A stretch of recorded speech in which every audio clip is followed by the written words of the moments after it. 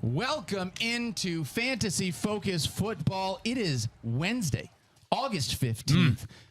16th. August 16th. Field Yates, Liz Loza, Daniel Dopp.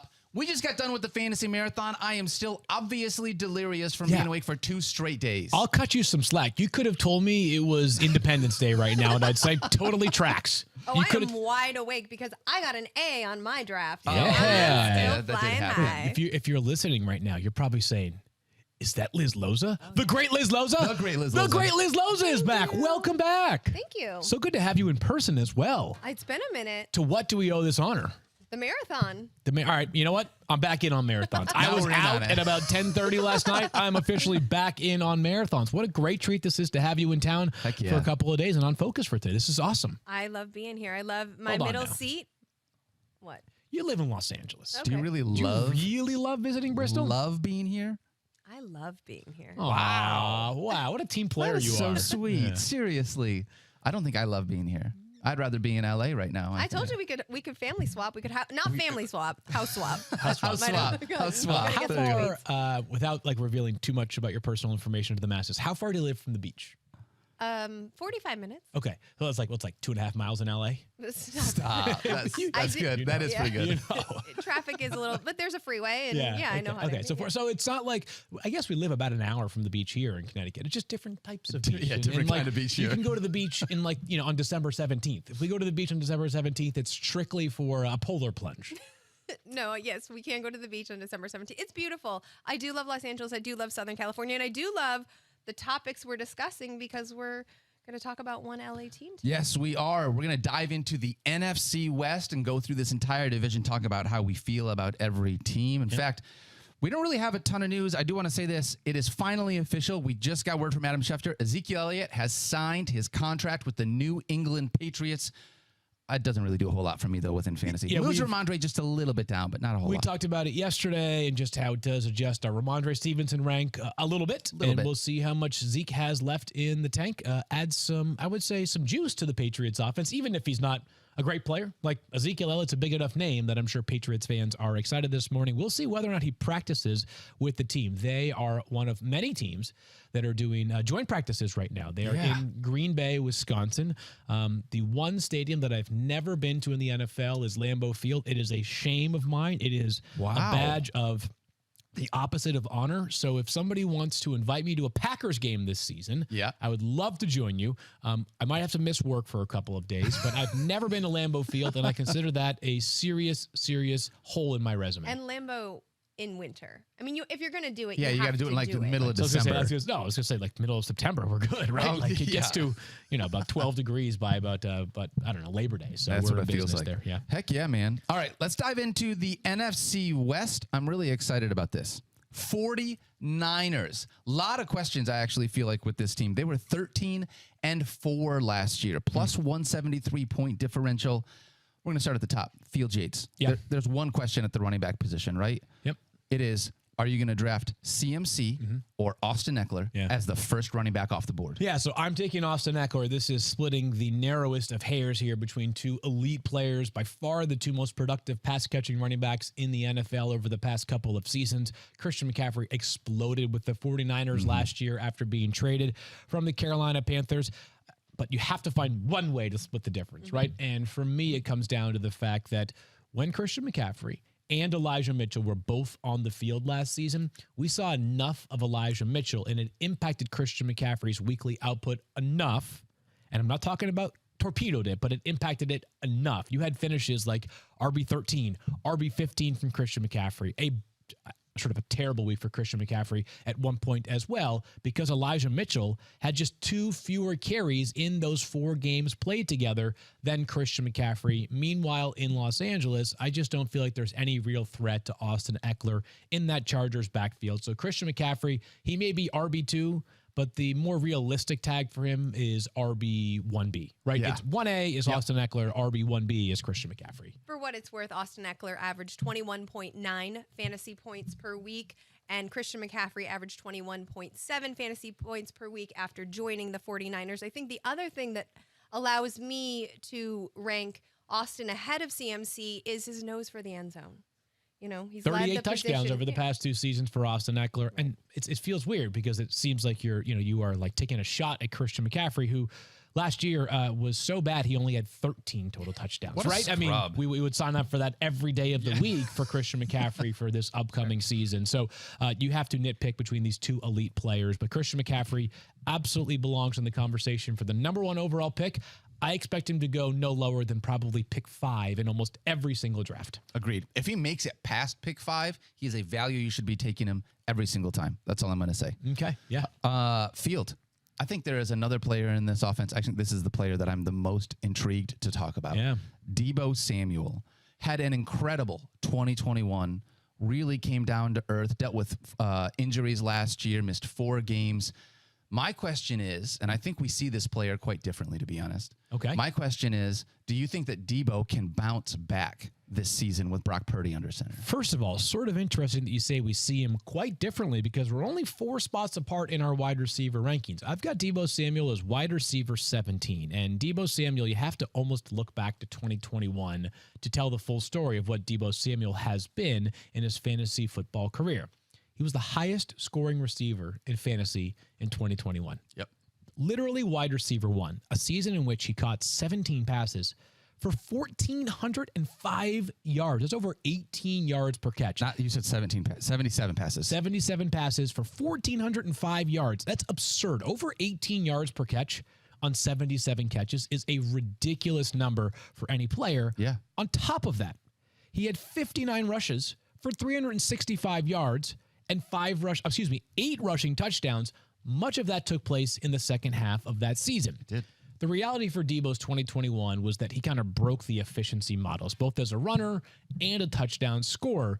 Maybe wide receiver 1 was an inaccurate reflection of what he is going to be year over year over year.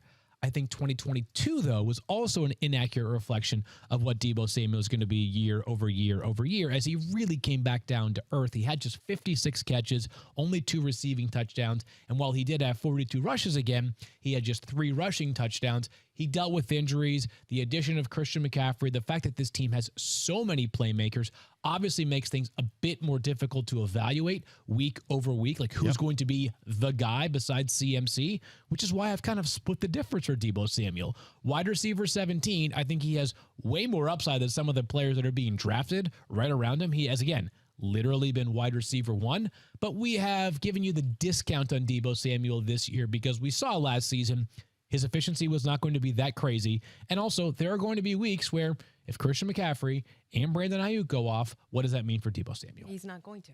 Probably not. Yep. Yeah. You're going to get a lot of boom bust, I feel like, with the whole of this offense, frankly, except for maybe CMC. I think that could be He's the one guy the you one count on. piece, Yep. the engine that you can count on a weekly basis. For Deebo, only 1 top 20 weekly finish at wide receiver after the 49ers acquired Christian McCaffrey. Yep.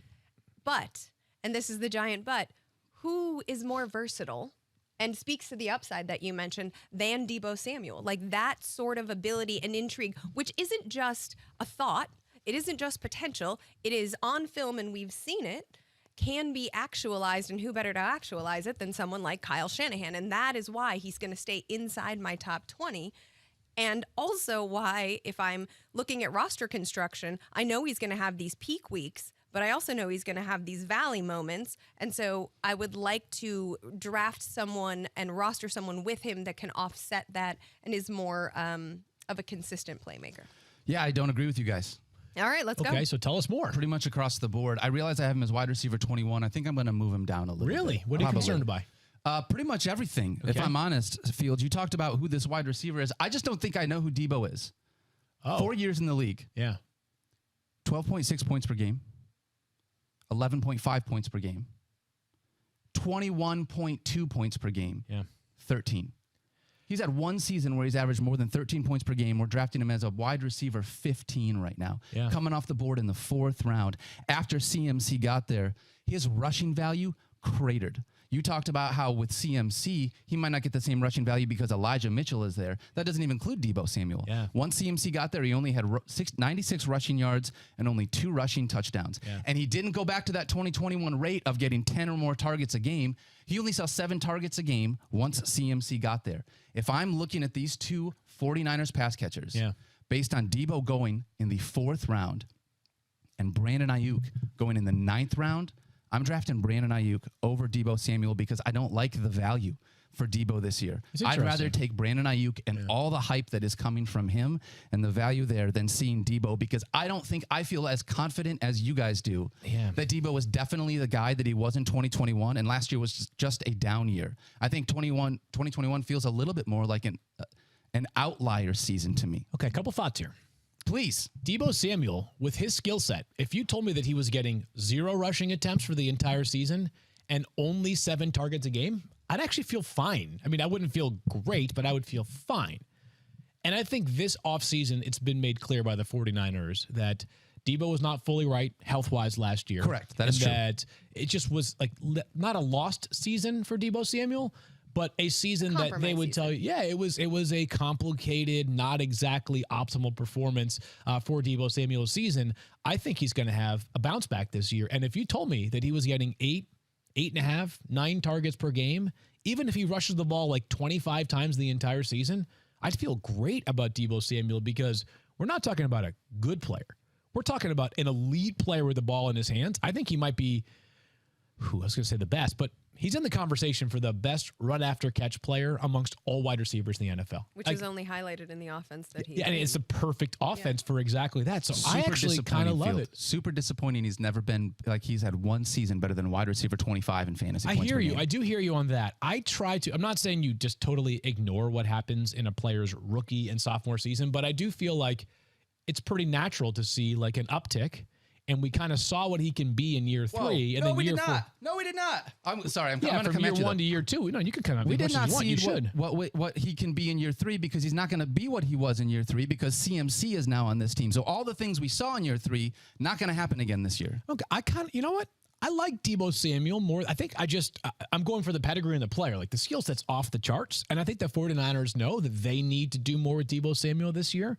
So I'm feeling bullish on this one, Daniel. All right. We have not yet, and we've been waiting for Liz to do this. That's what it is, yeah. We have not yet had a board bet this season. Ooh. I don't even know if the board still exists. I see Kevin Pulsifer texting me right now. He's got something he wants to. Okay, 5.5. All right, so 10 targets per game with Ayuk in 2021 before he got out of the doghouse, and then 5.5 with Ayuk as the actual wide receiver too. Listen, here's the deal. First of all, Pulse, if you're going to send these stats, only send stats that support my argument. Let's make sure that we get that very clear going forward. I'm more confident here. You want to go? Now, I want to say this very clearly. Yeah. I'm not ranking Brandon Ayuk over Deebo. But based on where the value is at, I will probably draft Ayuk over Deebo. Totally reasonable. All right. So do you think you're going to move Deebo Samuel down a little bit from wide receiver 21? Maybe to wide receiver 23. 17. Okay. So a nice little split the difference. We got the Browner here, the Ivy Leaguer, and Liz Loza. A nice little wide receiver 20 splits that difference. Does that seem reasonable? Sure. If he's at 23 and I'm at 17? Yeah. Do we think we maybe go points per game? Do you want to do total points? I like points per game because Deebo's got a little bit of, he's one of those guys that's going to go 100%, whether it's good or bad for him, and it might miss some time because I like points per game. All right, so let's make sure to get the parameters correct. Top 20 wide receiver, points per game. Do you have a minimum number of games you want to incorporate here? I mean, if he plays one game and scores 47 points and then retires, I'm probably going to win. I would say 8, at least half the season. Okay. Let's get a Cooper Cup season in there. Okay. I mean, we're talking about for the board bet. We're not talking about for the... Minimum 8 games played. All right, here we go. Ready? I say Deebo Samuel finishes a top 20 wide receiver on a points per game basis this season with a minimum of 8 games played. I say Deebo Samuel does not finish as a top 20 wide receiver with a minimum of 8 games played. All righty. Put it on the board. I don't think we have the drop anymore, so I'll just put it on the board. Put it on the board. All right, who would if you had to join this board bet? Which side are you on, Liz? I would side with Field here, but also I just want to point out that for all of Field's platitudes towards Deebo Samuel, you're never going to get him because he's being drafted right around the same time as Chris Olave, and we both know how you feel about him. That's a good point. That's probably true. That is true. Somebody could snipe me on Chris Olave. That's right. That's right. You know something, Liz? I like your style there. Are you available for the rest of the season to be on the show? You've got life. Check my miles. Okay. Yeah. We'll talk. We can potentially negotiate here. Here's my next question then. Okay. So we love CMC in this offense. Field, we just talked about Deebo. Yep. Is there a way that we can, and I like Brandon Ayuk as well, is there a way that this offense can still sustain enough of a passing attack with Brock Purdy that George Kittle can also be a guy that is at the top end of his position? He's now a tight end 5 right now. Yeah, I think it's probably unrealistic that week over week you're returning value on these players based off where they are ranked. Christian McCaffrey we feel fine about, and we'll talk more about George Kittle in a second here. But these two receivers, like it is gonna, like you're gonna have to definitely handle like a couple of curveball weeks from Deebo Samuel where it's like he only had 6 targets and caught 4 of them for 43 yards. What the heck? That's my potential wide receiver 1. Ayuk's going to have a couple of balloon games where he goes off because he's a really talented player. And then he's going to have some games where he has 2 catches because that's what it's been for these past few years with a really crowded and awesome San Francisco 49ers passing game. And right, that's Liz? that's what we saw. I mean, for me, Brandon Ayuk is intriguing, and he's not as cheap as he should be, frankly, because he's coming off of a career season where he finally eclipsed 1,000 yards. But he managed top 30 fantasy numbers 4 of the 9 games down the stretch, 2 of which occurred while Deebo was out. Yeah. So that's what you're going to get here. You're going to get a lot of up and down. Yep. I understand your point, Daniel, of like, well, if we know we're not going to have consistency and we know we're going to have a lot of boom and bust weeks, why not lean into the value with Ayuk and pass on it with Deebo? But I think you just don't have as high of a ceiling with Ayuk, and that's baked into the ADP. That's fair. Yeah. That's fair with the boom weeks are going to happen for sure. Yeah. So, by the way, I think this conversation really applies just to the wide receivers because we'll talk about George Kittle here in a second and why it's a little bit different as a tight end. But yeah, so like that's just a decision that you have to make when you are drafting these wide receivers because Ayuk's end of season finish could be higher than like where we are consistently ranking him because he could have 5 amazing games that catapult him to like wide receiver 22. Based off of where he is being ranked in the preseason, I don't think he'll be a consistently top 22 ranked wide receiver unless something happens to Deebo Samuel. I think that's fair. They're complicated. I mean, you know, of course, Stefania, you know what Stefania is doing right now? Stefania is watching this show. She's watching. Screaming at the television. No. First of all, Stefania is probably on a boat somewhere. All right. After the marathon, she's like, I need some time. All right. So, you know, what's the coolest coast? Like, where does Tom Brady vacation? San Tropez. All right. So she's probably in San Tropez right now. What do they drink? A flute of Aperol Spritz. Aperol Spritz. Thank you. I'm not very cultured. I don't even know what these things Keep are. playing this game. All right. So Stefania's got a flute of Aperol Spritz from San Tropez right now. And it's like those peasants that still have to work after the fantasy marathon. Must be horrible.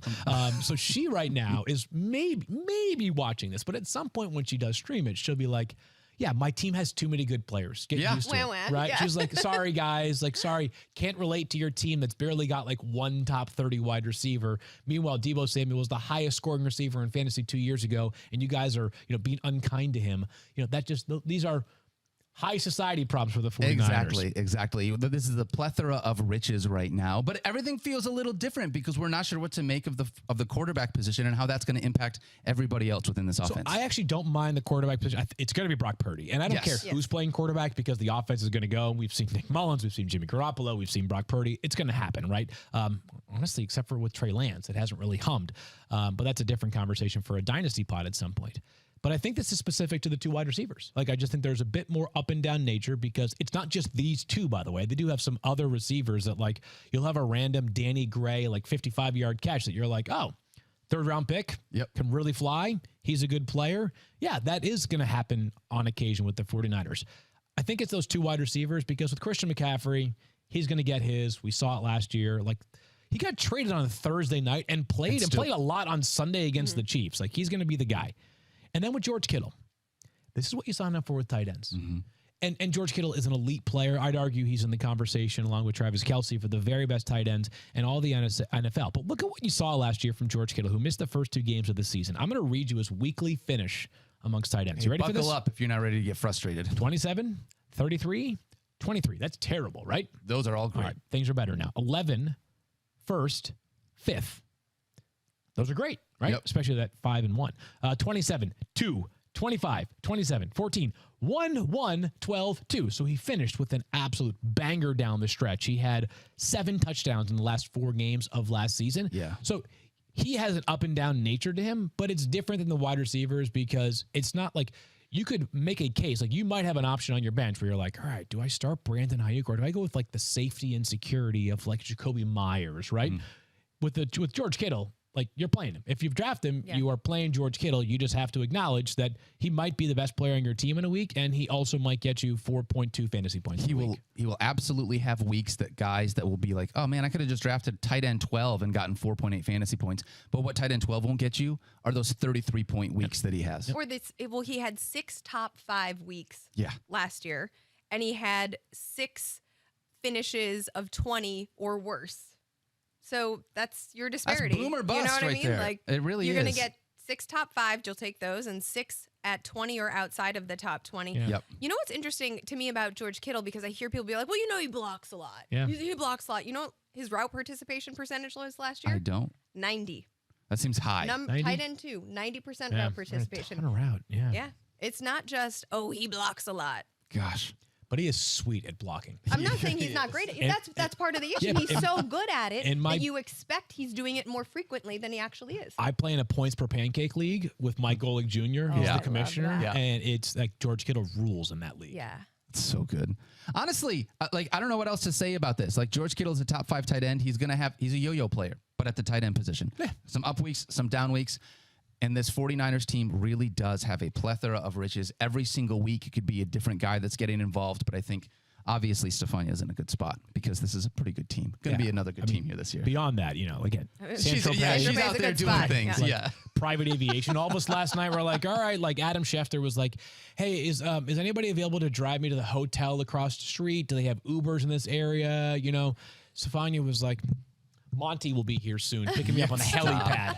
We're like, Monty? She's like, yeah, my guy. I'm on a helipad to the local. What's the local? Do we have a private aviation airport around I was here? going to say, I think maybe The down only in... one I know is Teterboro, right? I feel like that's where all the rich not on my depth millionaires in here. New York fly I have no to. idea. I've just heard that before. Teterboro is probably like a town in it's like right outside Lexington, Kentucky, for all I know. Okay, Yeah. it's confirmed in New Jersey. Yeah, all there right, you I go. wasn't off There you there. go. All Anyways, right. Yeah. Let's move ahead and talk about the Rams. You good with everything on the 49ers? I think that's really where it's at. Yeah, no, All I right, agree. let's talk Yeah. about the Rams. Don't draft their defense too early. They The were, 49ers. that's fair, very fair. Rams were terrible last year. 5-12, Yeah. minus 77-point differential. Might have one of the worst defenses in the league. Mike Clay has made that very clear. And because they're going to have potentially one of the worst defenses in the league field, they might have to throw the ball a ton just to be able to stay in games. Yes. So my question is, it feels like Cooper Kupp has not been a part of the 1.01 conversation this year because everyone is in on Justin Jefferson or Jamar Chase because Kupp's coming back from a little bit of a hamstrings situation. Yeah, I Does think he belong in that 1.01 conversation? not only does he belong in it, you are now getting a massive, massive deal on Cooper Kupp. We've done 2 mock drafts together recently. He went 9th and then 7th in back-to-back mock drafts, and I legitimately think he's got a very plausible case to be in the highest drafted player in all of fantasy this season. Yes, he's older than Justin Jefferson. I get that. Yes, he is currently hurt, but it sounds like by all accounts he'll be ready. As a matter of fact, Sean McVay said yesterday that he should be available, or could be available, I should say, by next Monday, the 21st. So how about this? Cooper Kupp last season, wide receiver 1 in fantasy points per game. That seems pretty good, right? That was pretty good. That also includes a game in which he got hurt, and I think had, what was it? I'm just going to check the game log here just so I don't screw this up. He had 2.9 fantasy points in his final game because he got hurt, and he's still wide receiver 1 in points per game. If you go through his game log over the past 2 seasons, and I'm just going to pull up last season's, like here's what you're getting from Cooper Kupp. We're looking for what? 2 things in an elite receiver, an elite player period. Upside and consistency, right? Yep. How does 31.8, 31.8, 16.4, 26.2, 25.9, 16.7, 22.9, 26.8. Prior to the injury, the worst version of Cooper Kupp that you got was 16.4 fantasy points. I get it. It's a year-to-year league. You got to address each year differently. I'm not trying to sit here and tell you Justin Jefferson is not incredible. He is. You look through his game log last year, 10.8, 4.4, 6.3, 2.5, 7.8. No player has proven himself less immune to, or more immune, to terrible weeks than Cooper Kupp. Yep. I get it. He's a little bit older than those guys. I still think Cooper Kupp has at least one more elite season athletically in him He is the most uncoverable player in all of football because he plays out of the slot. Teams just can't find a way to slow him down. They certainly couldn't do it 2 years ago. They couldn't do it to start the season last year. Matthew Stafford is healthy. Maybe at some point this Rams thing just falls apart, but that's a problem I want to deal with a whole lot later on in this season. He plays for a brilliant offensive mind. I really believe that Cooper Kupp has become one of the best values in the entire first round, and we're talking about a guy who is going like 7th or 8th, and that's a value that tells you how ridiculously good Cooper Kupp is. Here's my biggest frustration and fear with Cooper Kupp. And I don't disagree that I, too, living in Los Angeles particularly, would like to ignore and deal with this problem that is the Rams situation much later down. But let's say the problem actually happens, right? And it starts to unfold. And we know that Matthew Stafford isn't the most durable quarterback, particularly at this point in his career. We saw him shut down at the end of last year. Why wouldn't the Rams, noting that Cooper Kupp probably has another year ahead of him, and he's 30 now, and Matt Stafford is certainly breaking down, do what they did last year and shut the whole thing down and look towards picks? And I know that you can't think about that, and I know you can't galaxy brain your way out of a good value, and I'm not denying that he's not a good value. He's going to see 11 targets a game. Yeah. Right? I'll take that. And maybe I deal with that issue when I need to deal with that issue, but it is also why I did move Tyreek Hill ahead of Cooper Kupp in my rankings. I'm not saying I'm not taking him like you did at 9 in that mock that y'all talked about last week. He is a value, but if we're splitting hairs, and I think we can split hairs between Tyreek Hill and Cooper Kupp, that's the tie that I'm breaking. Hey, I have been saying consistently that if you're going to make an argument against Cooper Kupp, it's not the hamstring. He's going to be fine. He'll be available for week 1. It's the idea that the Rams are a house of cards and that they could eventually be the worst team in the NFL at some point this season. I'm going to address that a little bit later on. What I'm going to be doing is if I draft Cooper Kupp, I'm going to reap the rewards early in the season. And if the Rams start at 1-4 or 1-5, but Cooper Kupp is doing what I fully expect him to do, totally mashing, I'm going to put him on the trade block. And I'm going to say, hey, he's elite, but I need a 1-for-3 trade. I'm willing to trade away the best player in the deal, get a really good player or 2 in return because of the possibility that the Rams do eventually fall so far out of contention that they put him on ice. Not dismissing this possibility, though. If we get to the point where the Rams are so bad that they are thinking about not playing their guys, Cooper Kupp, potentially the next star receiver traded. Why not? No intel there, but if they're looking towards the draft, a guy's going to be 30 or already is 30. He is 30. Like, he's not the future of the franchise at that point. Wouldn't you be thinking trade at that point? Does you know what his contract situation looks like, Field? He just signed that extension, so he's got a bunch of money still due, but they converted his contract for this year. So if you're an acquiring team, you're getting Cooper Kupp for 2023 for like half a bagel. It's extremely inexpensive just for 2023. It's a lot more expensive for 2024, but what if you're a team that needs an elite receiver? Yeah. And this team is 2-7 at the deadline. This is why. What if you're the Chiefs and you're crushing it, right? And you're the Chiefs and you want to go back to back, and you're I don't know, 9 weeks in, you're 7-2, and Cooper Kupp's available, and Travis Kelce's still doing his thing, but you haven't quite gotten enough out of Kadarius Toney or Sky Moore. We're still good enough to be 7-2. Right. Yep. Would you say, hey, Los Angeles, let's talk deal?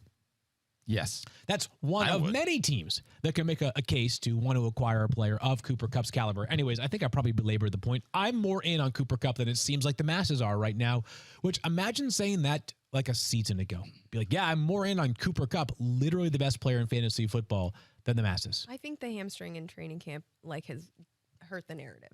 All right, I love it. Tremendously. I love it. It's helping Give me the value because it's Give me the falling value. down that draft board, and I'm okay with that. I think it bears. I mean, we mentioned Stefania. She always talks up the Rams medical staff, says it's probably one of the best in the league, and she's not worried about this soft tissue issue. So maybe we shouldn't be. So value seekers, there you go. If you're cutting ties, that's where you go. And I feel like we cupped it.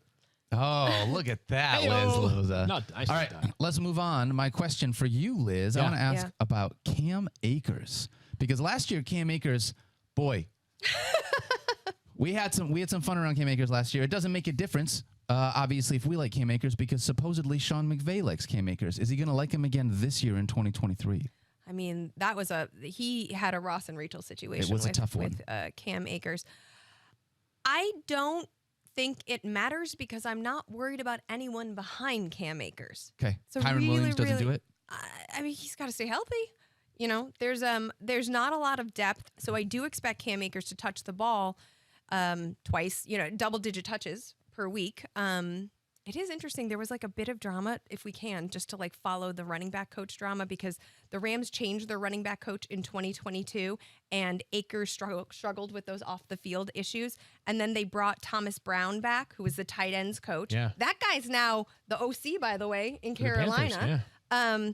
And now they have a new running backs coach, who I believe was the running backs coach in Stanford last year. His first ever NFL job. Yeah. So there's a lot of moving pieces, and I just think that's a fascinating trajectory, because when the old running backs coach went to coach at Arizona, that's when Cam Akers got back on the field and started to look good. So I think that stuff is fascinating. Personnel changes is all part of this, but a lot of narratives surrounding Cam Akers. My worry is less about the Achilles and the talent and the off the field issues and the passion with Sean McVay / these other running back coaches. The issue is this is like a 5-win team with a really bad defense. And usually, call me crazy, I like to pair a good defense in my running back. Yeah.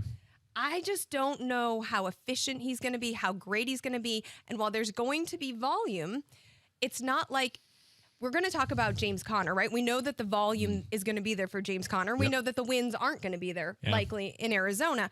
But Cam Akers has enough other stuff going on that he's buried even more.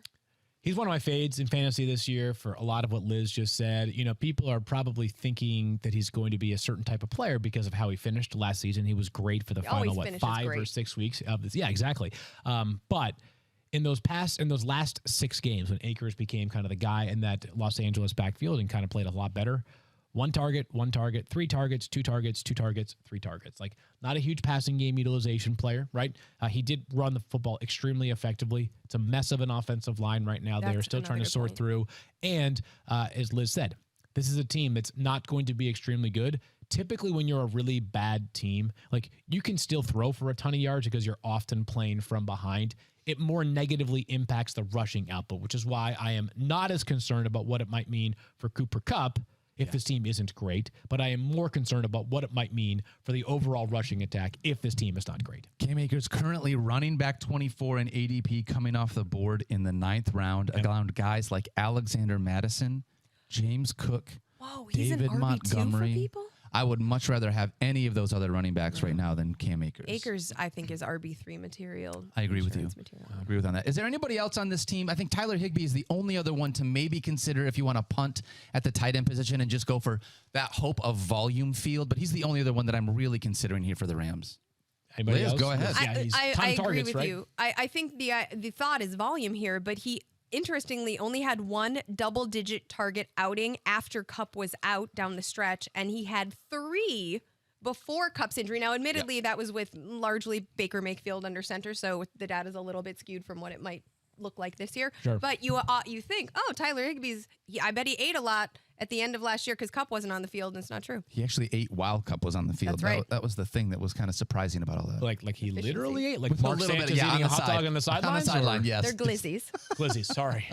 I don't have a boy child, so like I feel like glizzy is one of those terms that your 10-year-old probably taught you about, right? Sure. All right, that's going to be it for the Rams. We'll move ahead and talk about another team in a second field, but first tell us about Geico. Geico asks, how would you love a chance, Liz, this is for you. How would you love a chance to save some money on insurance? I'd love that. Of course you would. And when it comes to great rates on insurance, Geico can help, like with insurance for your car, truck, motorcycle, boat, RV, even like a kayak if you're in the beaches of LA. Yeah. Even help with homeowners or renters coverage. Plus, add an easy-to-use mobile app, available 24-hour roadside assistance, and more. And Geico is an easy choice. Switch today. See all the ways you could save. It's easy. Simply go to geico.com or contact your local agent today. All right, the Seattle Seahawks are up next. They were 9-8 last year with a plus 6 point differential, unfortunately keeping the Detroit Lions out of the playoffs. I will never forgive them for that. Let's start with Geno Smith. Hey-o. Here's a question. Last year, Field Yates, Geno Smith was drafted as quarterback 33. Yep. And turned that in to a top 5 performance at the position. Who the heck is Geno Smith going to be in 2023 when this is the first time that he's ever done this in his career and he's 31 years old? Unbelievable. And I learned something about this profession last year is that I need to be less dismissive of players that I haven't seen it from before because this is part of what makes sports great, is players coming from out of nowhere. In the case of Geno Smith, a 10-year career, largely as a backup, and sort of realizing the potential that we saw from Geno Smith all the way back during his college days. During his final season at West Virginia, there was a lot of speculation that he could be the number 1 overall pick in the draft. Obviously goes in the second round instead, has, let's describe it as an unceremonious exit with both the Jets and then eventually the Bills. But just like a bad sort of start to his career. Ends up realizing this form last season. One of the great stories, he was the comeback player of the year and deserved that contract he got this offseason. Heck yeah, he did. If he makes all the money, and I think it's $105 million over 3 seasons for Sounds our good. friend Geno Smith. I mean, is he going to do it again this year? He's not going to be a top 5 quarterback, right? So I think when I'm looking at Geno, points. Yep. Yeah, like I'm looking at a guy that I see more as like a quarterback 12, quarterback 13, quarterback 14 for me. Oh, Liz, But that's it. No. We're That's all fine. skeptical, right? We're all Yes. skeptical because there's been one theoretically outlier year. But also, when I dug into the stats, what was the thing that Geno was able to do? The deep ball was gorgeous last year, right? He led the league, I believe, in completion percentage He with did, yeah. 70%. 70%. 11% off target percentage was 30% lower than the NFL average. And this deep ball was gorgeous. But the other side of the deep ball, I looked up, QB1 in danger plays, QB1 in interceptable passes. What's a danger? Yeah, I wanna know play? what a don't danger know A what play that danger is. play is a high degree of difficulty play where there is not a lot of separation near the receivers. Okay, got it. But when you think about that, I think it's that underlying, he did a lot and he made good on it, but there were some questionable, and we've seen questionable decision-making from Geno on the field and off the field. And so when you have DK Metcalf and you have Tyler Lockett, who we're going to talk about in a second, you can right a lot of wrongs. Yeah. And I'm not trying to take anything away from Geno, and I agree he deserved the money, but I'm just trying to highlight why it is that so many of us are a little like, this is sus. Yeah. The facts are one thing, and we're looking at the numbers, but the feelings, well, those are different. I said that a little earlier in the offseason. He is the quarterback version of what Cordero Patterson was, a guy I was that just just thinking came that. out of nowhere late in his career, and it's like, shoot, now, like, that's great for us. We want to be able to root for the guy. So awesome for him in his career. In fantasy, though, it's like, am I going to trust it? It took so long for it to happen in the first place. But now, with Geno at least, it feels like with this offense, with all the weapons that he has, including the addition of JSN and both of the running backs, they're like, this offense should be able to run it back again this year. I just don't have that excitement for him to be a top 10 quarterback. He's a guy that, like, if I need him as a bye-week fill-in, I feel more comfortable feeling like that's where Geno's going to net out this year rather than being the guy that he was last season. Just remember, with the quarterbacks in the top 10, you're talking about guys that have elite weekly upside. Correct. With Geno, 12 out of 17 games last year, under 20 fantasy points. Now, he didn't have like a bunch of 5-point So fantasy he was super points. consistent then. He was consistent, but he had just one game with more than 25 fantasy points, right? Yeah. So you kind of got what you were expecting from a quarterback that doesn't have. I take that back because you got way more than you were expecting. But yes. Yeah. But if you are drafting a quarterback in the range of where Geno Smith is both ranked and going on average draft position, Yeah. and he has a comparable season to last year statistically, that's what you're reasonably expecting. Yep. It's Kirk Cousins, it's Geno Smith, it's Dak Prescott last year, maybe Dak Prescott again this year. It's what Aaron Rodgers was, unfortunately, last year, where it's like not a ton of boom weeks, but enough sort of like solid, steady, dependable play that with good roster construction elsewhere, Yeah. you can win your league. He is a fine 10-team starting quarterback, 10-team league starting quarterback. If for some reason your league mates like double up at quarterback, like I can walk away from a 10-team draft and feel okay if Geno Smith is my starting quarterback, despite the fact that I have him as quarterback 15 on my board. Yeah, there's a lot of really good quarterbacks this year. Yeah. Like, that's the thing. It would not be my Ultimately, preference. But I it's, love that you mentioned Kirk Cousins, though, because I would just feel more comfortable with Kirk Cousins because he does the same thing every year Yeah. after year. And we've seen it more than just one time. All right, but Geno Smith does have a ton of pass catchers that is really, they might have the best 3 pass catchers in the league right now, and DK Metcalf, Tyler Lockett, and Jackson Smith and Jigba. We got to see what JSN is going to be on the field. But DK Metcalf and Tyler Lockett, Mr. Consistency Tyler Lockett, Liz, like, Love him. how are you looking at these Seahawks wide receivers this year? Because there's a lot of balls to go around, a lot of mouths to feed. Tyler Lockett, 5th year in a row that he's cleared 1,000 scrimmage yards, 4th year in a row over 100 receiving yards, and 5th year in a row that he's managed at least 8 touchdowns. 4th year in a row over 1,000 receiving yards. Yes. Okay. Scrimmage yards, 5th year, because he had a couple of runs. I think he had 60-some runs 5 years ago. Cool. 60-some rushing yards, rather. So, yes, I think that you know what you're getting with Lockett. And I also loved last year. I was high on Lockett last year because I felt like Geno could use a receiver that makes passers look good, and that is what Tyler Lockett does. There's some injury concerns. He's getting up there. Certainly the beginning of Tyler Lockett's career was injury marred. But I don't think you cannot. He's my wide receiver 26. I'm not going to. I think he's a wide receiver 2. And if you happen to get him as a flex, then you are thriving. I totally agree with you. I took him last night in our marathon draft. Only wide receiver over the last 5 years with at least 8 receiving touchdowns in each of the last 5 seasons. Field, the one complaint that I have about Tyler Lockett is just that, thanks to Madden coming out, and I'm going to say this, he hits the A button. Every time he catches the football, it's like I'm just going to catch it and just drop down. Well, when you are 5'10" and 182 pounds and you don't want to get crunched by a linebacker, that is often what you do. But yeah, I mean, this feels like one of the few players in fantasy football that year over year over year, we underrate him. And he just keeps doing it. And he just keeps delivering, over-delivering. And then the following year, we just underrate him again, right? So that seems to be where we are at once again with Tyler Lockett. Liz laid out just how statistically consistent he has been. But this year they got Jackson Smith and Jigba, which might make the conversation different than some of the last couple of years. I really do wonder, though, how much Seattle thought Jackson Smith and Jigba was going to be there at pick 20 this year. They had 2 first-round picks. When you have 2 first-round picks, it's almost like you're playing with, you have a bonus chip to work with, right? That could be a pick that's just as much about the evolution of their offense in future years as it is about what they could do with Jackson Smith and Jigba this year. Now, they do have room for a 3rd wide receiver in this offense. They have a lot of pass catchers, right? But it's not like they are married to playing with 2 tight ends on the field all the time. So wouldn't be surprised if we see Jackson Smith and Jigba play quite a bit. But I really don't think it takes away that much value from Tyler Lockett and DK Metcalf, just because those are superlative players. Metcalf and Micah shared this stat recently. Had 24 end zone targets last year, by far the most in the NFL. So he only had 6 receiving touchdowns last year. He got unlucky.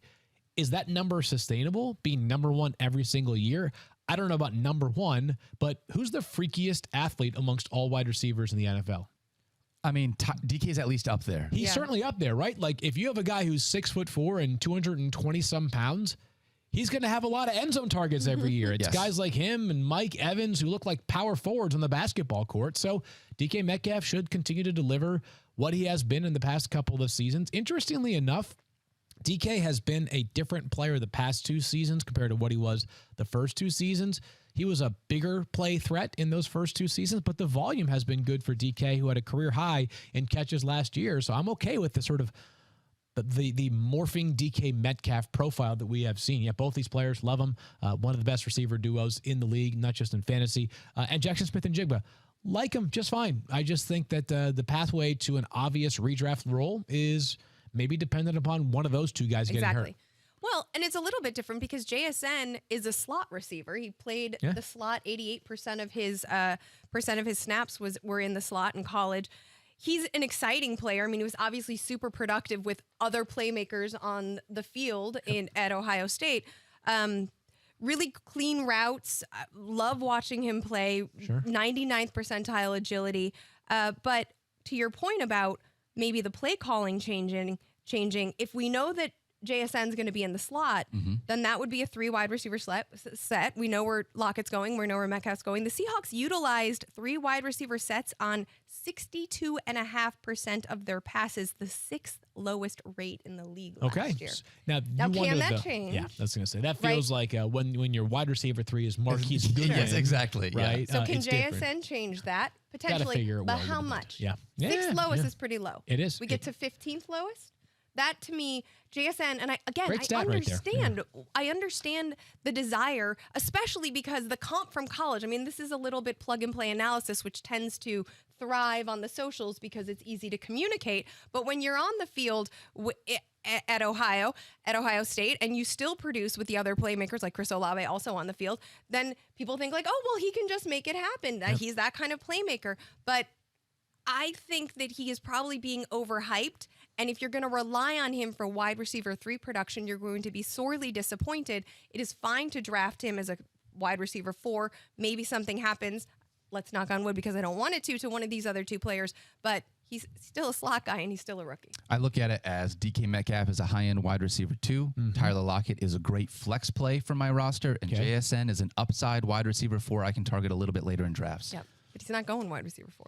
Well, yeah, that's fair. That's fair. All right, let's talk about these running backs. Field Ken Walker III had been out since early training camp with a groin injury, came back. We've seen him ramping back up at practice the past couple of days. But they also drafted a running back, Zach Charbonnet, which we've talked about. So is this going to be, we just talked about it with the wide receivers. It's going to be a little bit of a committee. Which one's going to be involved? Do I expect a split backfield here in Seattle? I think a little bit of a split, but I wonder if Ken Walker is becoming a bit of a value right now. He went way low in our mock draft last night, like super duper low. And I know Zach Charbonnet was a high second-round pick. That definitely does pique my interest. But a year ago, when Ken Walker was also a high second-round pick and certainly arrived with more buzz and excitement than Zach Charbonnet did, like Kenneth Walker III was definitely going to go in the top 50 picks a year ago. Zach Charbonnet going as high as he did was not like a jaw-drop stunner, but it was a bit of a surprise, right? Like if you had told me he was a 3rd, maybe even high 4th-round pick, I would have been like, all right, I see it. You know, like I get it. Like Bijan and Jahmyr Gibbs clearly had separated themselves from the rest of that running back class. So last year, though, at the beginning of the season, we barely saw Kenneth Walker III. Things had to change with Rashad Penny's health to see more of Ken Walker III, which is why I do think that this job is going to lean more towards KW3 than others are giving it credit for right now. I've got him as RB16, and I think some people are starting to drop him more and more and more.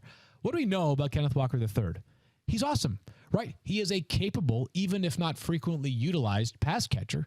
As a runner, I know that there are some stats that suggest that he is too often a home run guy or a guy that gets you 3 yards and a cloud of dust. Not a lot of in between. But look at the rushing production down the stretch last season. The final 3 games, over 20 carries, over 100 rushing yards. He had, 5 total games last season with at least 100 rushing yards. Like, just a baller player to the point that I think he's maybe being undervalued now in drafts. I think I agree with Field. Yes. Back tomorrow. Dazzling, Liz Loza. Dazzling player. I love that you mentioned the skill set. We don't talk about that 4.3 speed. Yes. 17 breakaway runs, which are runs over 15 yards. So I like that you're making the point about how he can maybe be a little bit all or nothing. Yeah.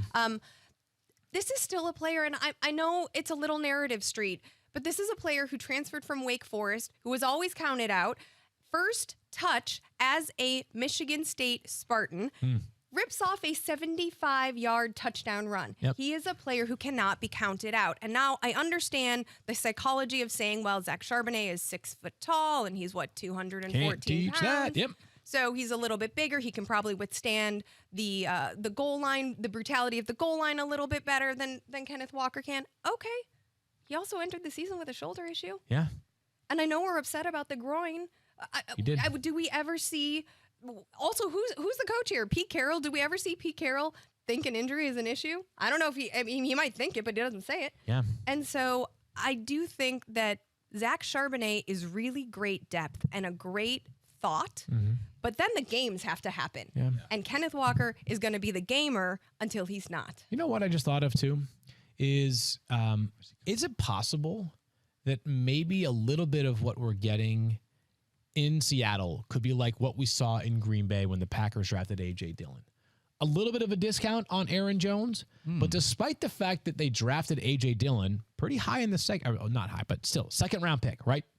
Second round pick, and Aaron Jones is still the guy. Yeah. Right? Still the guy for fantasy purposes who are ranking as like RB12 right now, and still the guy that catches the most passes, the guy that scores the most touchdowns. So I wonder if maybe we have a bit of that dynamic going on in Seattle. I'm more in on Kenneth Walker III than I think others are. Fields, you got him as running back 17, you said? 16. 16. Yeah. Right now, coming off the board as running back 22 in the 8th round. And for what it's worth, It's dropping a lot. Zach Charbonnet, running back 41 in the 15th. So he's actually pretty late, too. I don't know if that's because of the injury, if he slid back a little bit. But Probably in part because of that. when we talk about a split backfield, that doesn't really feel like a split backfield if you've got that second running back as an RB41. Yeah. If anything happened to Ken Walker, Zach Charbonnet would immediately jump up to be a top 20 running back on a weekly basis. And conversely, though, if something happens to Zach Charbonnet with that shoulder injury potentially lingering into the season, or if they had just not taken him, would Kenneth Walker III be like RB 8 or 9 in our rankings? What if the Seahawks are just like more committed to Ken Walker III than we realize? Yeah. Maybe he ends up being a great value at RB 16. And to your point earlier about him maybe not being varied enough in his rushing style, we just talked up these 3 wide receivers. Can you imagine the efficiency that he can find? He can rip off 17 breakaway runs because he's got field stretchers that allow him to find holes in speed and space. I just think he's too damn good for him to all of a sudden become like a 12 carry and 2 target per game player. He's not going to be as Kenneth Walker III, right? Like, I still think he's an awesome bet for between 15 and 18 carries, and hopefully he gets serviceable enough receiving targets that you're like, yeah, pretty darn strong RB2. Yeah, I like that call, Field. Yep. All right, we're going to move ahead and talk about the Cardinals. Last team here, they were 4-13 last year, minus 109 point differential. That's really bad. I think the main question I want to start with, could be worse this year. It's not going to be great.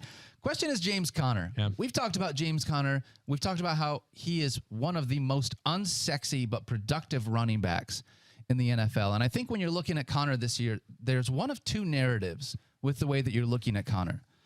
Either you don't want to draft him because he's going to be on a really bad team with questionable quarterback play, or you want to draft him because he's going to be on a really bad team with questionable quarterback play. And so he's going to be just involved that much more because there's not anyone else here. When I look at that narrative Field, it's one of those 2 ways. It's either you are believing that they're just going to lean on this guy with volume because of everything else that they don't have in that offense, or you just want to fade the Cardinals. So how are you looking at James Conner with this? I keep saying it. He is the least exciting RB2 in all of fantasy football. I've got him higher than most people in my rankings. I've got him as RB15, which is several spots of where the rest of our rankers are. Dopp, you're at RB21, are you, Daniel? So 6 spots difference between the 2 of us. I'm at 17. 17. So I said this before about James Conner, but it's worth repeating. It's what do you want out of a player in fantasy can influence where you have him ranked and also where you draft him. Yeah. If you take Jonathan Taylor in your draft early and you want somebody who's like safe and secure later to pair with Jonathan Taylor, James Conner, pretty good outcome. Yep. Right?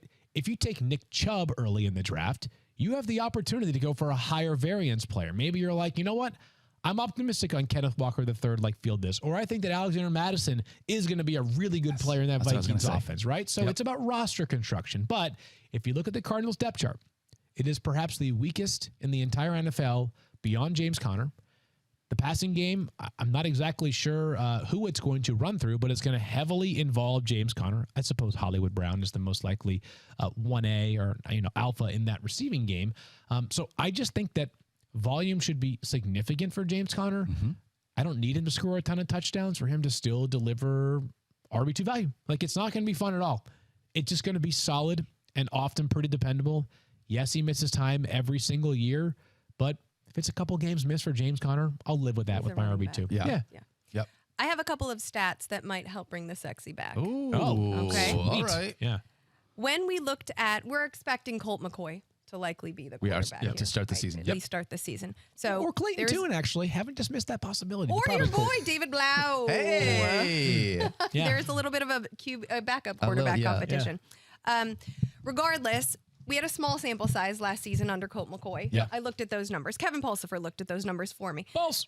15.5 carries per game with McCoy, 20.3 touches per game with McCoy. That number, because we talked about the volume increase, higher than 13.4 carries per game with Kyler, 16.4 touches per game. So under Colt McCoy, James Conner averaged 4 more touches per game during that span. Yep. Now, you would think, we talked earlier, right? Like, oh gosh, it's going to be an inefficient offense. They're going to be losing lots of volume, but they're losing.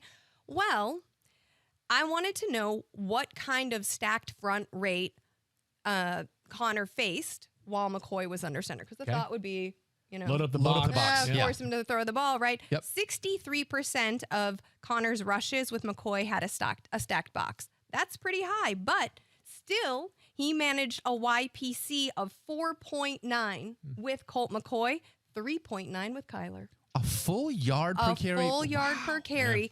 noting that 63% of his rushes came with a fully loaded box. Wow. It's boring. I don't think there's a chance for him to finish as like RB5, but I think that if he plays 15 or more games this year, he'll end up being somewhere between like RB12 and RB22. He's Great. been a top 10 running back 3 Awesome. of the last 5 years, so it at least has some of that pedigree in him. And he's going to drop in drafts too. We saw it last night, Absolutely. like because no one's excited about taking James Conner. Right. He's not fun. If you have a, if you've run some sort of risk early in your draft and you're looking for a player that gives you a little bit more security, James Conner, not a terrible option there. I also don't think, Hollywood Brown is not a guy that I feel like people are excited about drafting either. In spite of how he started the season last year, this is another tough one to figure out because the But he first 6 started games, the season with Kyler. he did start the season with Kyler. Yep. He was a man on fire though. Like last year to start the season, top 10 in almost every single receiving category. But then he got hurt and DeAndre Hopkins came back and he was a totally different wide receiver then.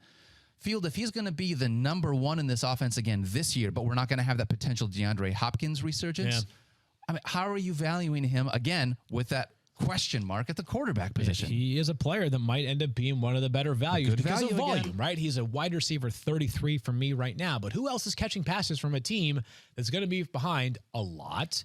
The answer is Rondale Moore, maybe Greg Dortch, but like it's not as if this Michael Wilson, their 3rd round pick out of Stanford, there are not a bunch of players on this Cardinals offense that you can count on. Hollywood Brown is one of them. Now, is it a new scheme? It is. They have a new offensive coordinator. Last year, that Hollywood Brown 6-game stretch was kind of the perfect storm. No DeAndre Hopkins and an offense that was a lot of just like stick him in one spot, let him play on the perimeter, run a lot of hitch routes, run a lot of stop routes, a lot of out routes, just easy, surefire completions. Not a ton of tapping into Hollywood Brown's elite speed down the field, but the volume should be absurd for Hollywood Brown this season. I don't know if they're going to get great quarterback play. If they get competent enough quarterback play, he will be a weekly fixture in your flex. Yeah. I just don't think he's an alpha. I don't think he can do it. Interesting. I mean, I just The Cardinals made a pretty big bet on him with that 1st round pick They they really traded, did. huh? Yeah. That was a different time, and they have. Well, they had DeAndre Hopkins. They did. They had at Deion. that Yep. point, right? Yeah. But out of Oklahoma, when we looked at that, there were concerns out of Oklahoma that he was maybe his size was an issue, and we attributed the surgery and the time off to maybe some like much muscle atrophy, and that's why his weight wasn't where people necessarily wanted it to be when he went to the Ravens. I just don't think after this much time he's proven to me that he's an alpha. He's going to see alpha looks, right? He's probably going to see 10 targets a game. I just not quite sure that he's going to be able to deliver. I have him as a wide receiver 3. I think I have him just outside of my top 35. Man, I tell you what, just watching the mock wide receiver draft last night. 32. There you go, 32. Watching the mock draft last night, like we reached a point where it was just like, these guys are not free, not actually free, but it's like, what's the risk you're taking here, No, right? there's no risk, but Right. there's just also no excitement, Yeah. right? And if you're going to draft a James Conner and know that you're not excited, then Yeah. not that you would necessarily draft 2 players from the same team in this way. But So you might be more inclined then at this point in your draft to take not a flyer, but to take Brandon Ayuk versus Hollywood Brown. sure, I'll take some spikes. Yeah. Okay. And I like the offense that he's attached to. And I Sure, also yeah. think that Brandon Ayuk has developed his skill set Yep. in a more effective way than Hollywood Brown has over his time in the league. There you go. I still think this is really interesting because last year, the way that it started the season, he was just a volume monster in this offense. I know it was with Kyler, but if there's going to be no one else here, I don't want to say no one else. Rondale Moore still exists, like we talked about. One of the tight ends. Yeah, I think Zach Ertz is back at practice now. He has been cleared for contact. And Yep. so, like, he's clearly the guy. It's really just James Conner. For me, it feels like James Conner and Hollywood Brown are the 2 that I'm looking to roster. Rondale Moore, maybe a late dart throw with that, Yeah, that's close it. to the line of scrimmage kind of target, but nothing else other than that. No, because you're going to draft a Zay Flowers instead, or one of Exactly. these So- buzzy guys that you're excited about. You're not going to. Do you like then? So in this offense, we're talking about how obviously Colt McCoy is the guy that's going to be throwing the football to start. Like, do you think that Kyler Murray is still worth potentially drafting? I am shook since Adam talked about this on the marathon. I think it's worth Absolutely, noting. it was a brilliant point. I'm absolutely out on Kyler Murray. He has convinced me, Adam Schefter has incepted me that Kyler Murray is not going to play and the Cardinals are going to look towards 2 first-round picks. Okay, so for those that missed it, to highlight what Liz is referring Totally to. shook. A player coming off of an ACL tear in week 14 of last year. So December for Kyler Murray's ACL tear. for a team that right now is not looking to get to the middle, but to the bottom. They made that huge trade with the Texans during the draft for their 2024 first-round pick. Yep. They're motivated to get a very, very, very high pick. Beyond that, if Kyler Murray does return at some point this season, not only do we have the usual wear and tear and rust that players coming off of an ACL often experience, but are you going to run a quarterback as much when he just suffered a non-contact ACL tear as a runner last season? Yes, the Cardinals might need Kyler Murray at some point going forward. Maybe they don't have that number 1 overall pick or number 2 overall pick. Maybe they have more like pick 7 or pick 8, and Kyler is the best option going forward. The GM and the head coach have no allegiance to Kyler Murray. They did not sign him to the contract, and as we have seen with so many contracts in the NFL, if you want to get out from underneath them, you take the hard medicine for a year, and you find a way to get out from underneath it. Shefty did not guarantee it. He did not report it. That's true. He Thank you. introduced, and not that you said that, not to suggest that Liz was saying that, but it is logical to assume there is a scenario where the Cardinals say, maybe we don't see Kyler in 2024. Now, I'm sure Kyler will want to play once he's 100%. His team, like his personal team, may push for him to play. But if you're the Cardinals, you are responsible for doing the best thing for the organization's long-term viability, and that might be to let Clayton Tune ride this thing out for the rest of 2023. That seems so weird, Field. And like I know this was that Stefania conversation as well, right? But like I definitely feel like I slide more to the Stefania side of that conversation, where it's like you have not seen a guy play the quarterback position in a year and a half. You're going to draft a quarterback with one of those early picks, unless you're deciding that like Kyler's going to be your guy, which I can't imagine you're doing if you're going to shut him down. So what's your trade value when you are trying to trade a quarterback, a top tier quarterback that no one has seen? Do you not want to try to tell other franchises in the NFL that he is that kind of a guy still? You want to showcase him for the trade. You want him to have the audition. Like you weren't the one that drafted him. You just don't care? Don't care. I don't think you view him in that So light. you're like, I'll get 30 cents on the dollar rather than maybe get 70 cents on the dollar. I don't think it's 30 cents. I think Kyler Murray is an imperfect player. I think that it's pretty obvious that there are some things that Kyler Murray needs to do maturity-wise to be a long-term player in this. I mean, we'll never forget the 4-hour clause, 4 hours of film You do your per homework. week. And you can play video Orlovsky games. watches more than 4 hours of tape every day. He doesn't even play the position anymore. He works in TV. You really did have a screen time clause built into it. It's just like our children. Yes. So anyways, my point is just that, like, this is not like Kyler is a little bit of a hot button player in the NFL. If you're a team that really needs a quarterback and you're not in that range to draft a quarterback next year at the very top, how many great options become available in free agency? You can probably talk yourself into a player like Kyler Murray. The freaking Commanders traded for Carson Wentz last year. When the options are extremely limited, NFL teams are going to explore every avenue available to them. You are not going to be getting a robust package of picks for Kyler Murray if he does not play next year. But I'm not so sure that that package goes anywhere close to up if he does play. What if he comes back, looks like crap coming off of an ACL tear on a terrible team? Or hurts himself Or again. gets hurt again? I think teams are going to be saying to themselves, that's their problem, right? Yeah. So maybe a team, if they're in the doghouse enough that they need to make this move, are thinking, okay, we'll have a full off season. We'll get Tom House in here, somebody to work him they'll work him up in house. Totally. And we'll see what we've got. We know the pedigree's there. I mean, we've seen teams do, like, the Colts pulled the plug on their season last year to try to get a higher draft pick. Like, this happens. Hundo. I was thinking about the Colts, and look at them now. And by the way, so I don't like Kyler's imperfect. He's got a ton of talent. I am not dismissing that, right? He's an incredibly electric athlete and had some brilliant moments. I mean, the Cardinals were the last team to lose just like 2 or 3 seasons ago.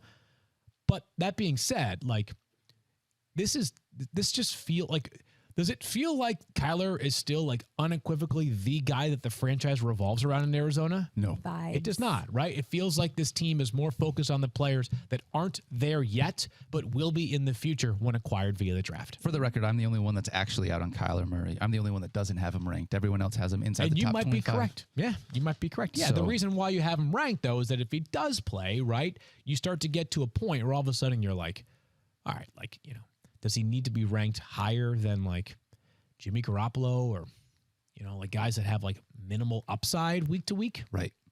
You're gonna be burning your IR spot for the first how many weeks of the season, not knowing whether or not he's going to come back.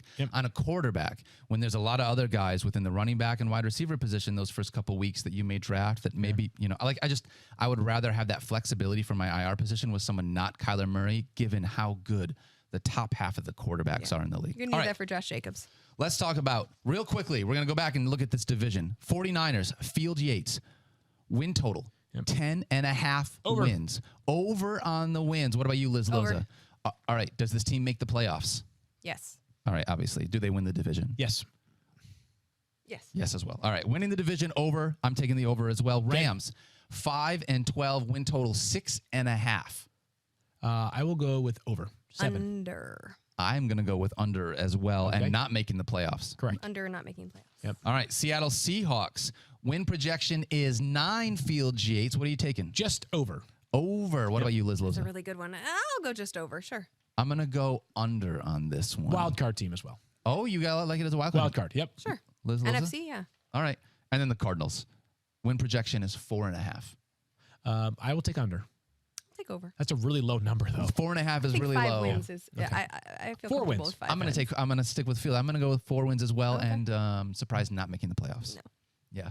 Liz, thank you so much for hanging out with Thank us. you We for love it when having you get to be me. here. This is great. Tell people where they can find you in case, for whatever reason, they are just finding out about you and they want to follow you everywhere and do all the things You that can you do. follow me on the socials at LizLoza_FF. And then on the .com, there's articles. We're doing stuff together. There's right. shows. Just, it's all over. It's all come over. to the .com. Follow Liz Loza. Thank you so much for hanging out with us. That was Liz. great. Yeah. Do it again This was sometime. so much and also, fun. if you want to bring either Daniel and I back to Los Angeles with you, we will join you, make a studio out there. I'll fit in a suitcase. There is one, ironically. One Oh, exists. look at that. Really? Yeah, There is in Los one Angeles. studio Do in we have Los access Angeles. to it? Studio, yes. Okay.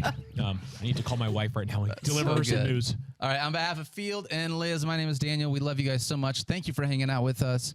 Don't forget to love each other. Be kind to yourself. You have earned that. We love you guys so much. We can't wait to see you tomorrow. Be safe, wear a seatbelt, and eat your vegetables. Peace.